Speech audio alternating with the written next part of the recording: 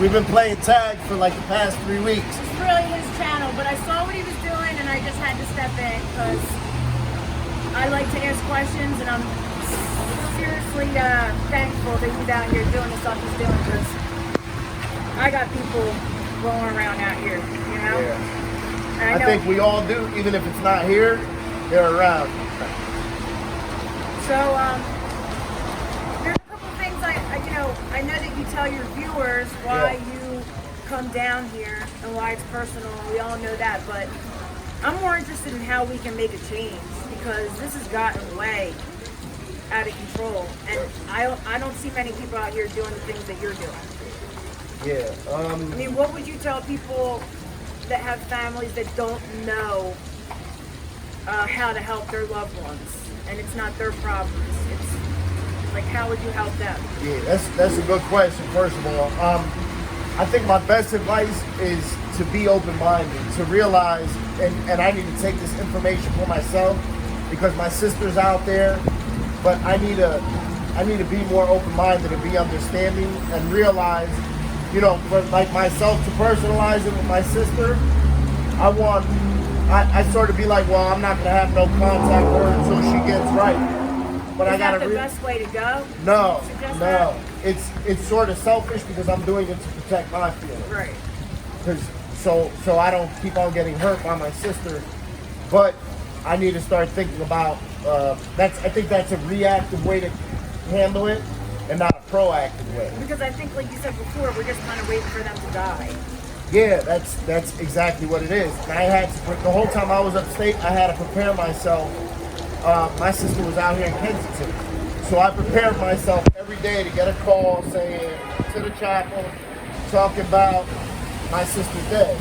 You know, so in turn that made me put up my wall. I think being open-minded, being patient, letting our loved ones know that we do care about them, that we're there for them, but also setting healthy boundaries. I think boundaries are super important in any type of relationship, especially a relationship where we have a family member that's in active addiction. Now, we see a lot of shows about addicts, and we see a lot of people kind of, I would say, exploiting the situation for their own good. I feel like they're missing something in their stories, and I feel like what they're missing is really how to help people. I mean, some people, I myself have, depression, mental health issues, and that brought my addiction and stories to life more. So I get upset when I see these people out here, filming addicts, getting them into this beautiful, bougie rehab, but that's not realistic, is it? No, listen, I personally, the only person I know that's ever been into one of those rehabs was the girl Amanda that I interviewed that was from intervention. I saw that. That's it. I saw that. And that's not the reality. And the point to me, I'm like, okay, so what they're missing is teaching families that it's a dual diagnostic center. Now, yes, families can easily say, go to rehab, you can go in the morning, it's 7 in the morning here, you go to Keystone, or you go somewhere, you go get a bed. But those facilities aren't giving mental health advice, and from what I understand, it's like detoxing around. Yeah, if it's even that. Because for right now, let's say if I had a habit and I was trying to check in someplace, I would be lucky to find the bed tonight. It would have to call me tomorrow morning. That's sort of like best case scenarios. There's people that go to 5 different places and get turned away from all 5 because of overcrowding. It's getting cold, so people are wanting to get off the streets, so they're going to rehab just to get off the streets, just to get out of the weather, just to stay warm. So it's a system where the addicts take advantage of it, and in turn, the people that really need it don't get it. And the story for me is they're not really getting much out of those rehabs. So it's going to land them right back to where they were, which is why I get upset with these shows that don't really explain the severity of like the mental health aspect of addiction. Yes. For me, I don't believe anybody's going to go to a rehab and hear something they haven't heard before. If your addiction is at that point that you need to go to a rehab, you're not going to go there. They're not going to say something you haven't heard before. You've heard it numerous times. We all got to get to that point where we be like, man, fuck it. I just give up. I try giving my life to drugs. I try giving my life to the streets. I try giving my life to women. Now I just need to surrender and let God or whoever just take control. That's what it had to be for me. I got tired. I gave my life to the streets, to the penitentiary, to drugs. And I just said, man, I'm giving my life to everything but me. And I just got tired and started trying to climb up out that hole that I dumped myself in. And it took a long time to get out. And I'm still climbing out. Right. Just because I'm sober doesn't mean I'm still climbing out.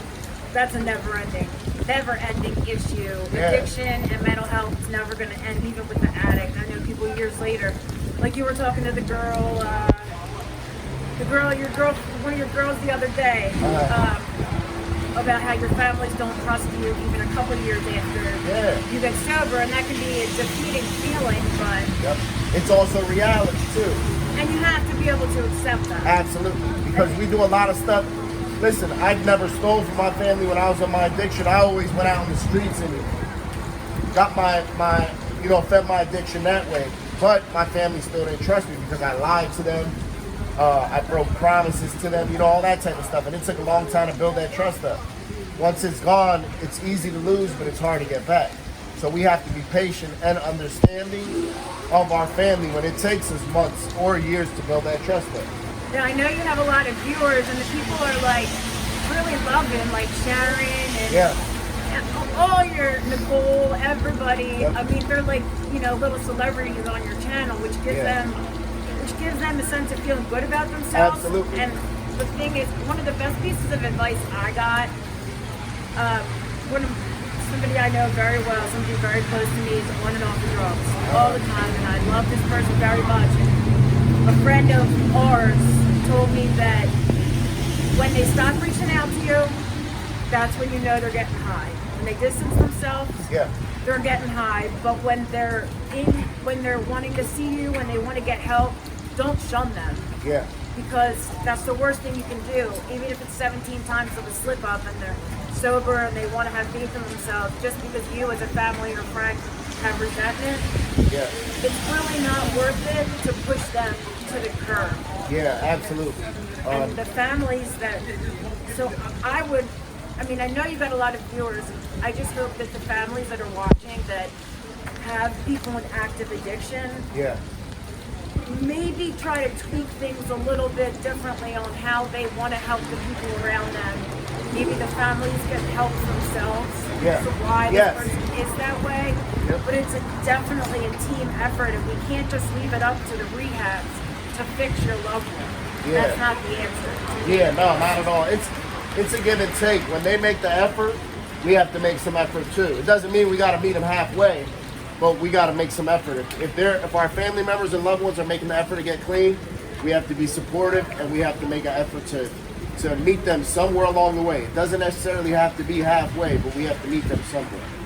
Well, I really appreciate everything you're doing out here, not just because, I know you're doing it for your thing, but just, I live 20 minutes from here. Yeah. So it's personal, and I just hope that everybody changes a little bit, and maybe with your exposure,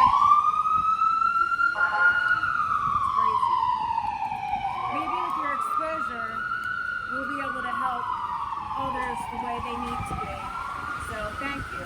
Yeah, thank you very much. I appreciate it. Thank you.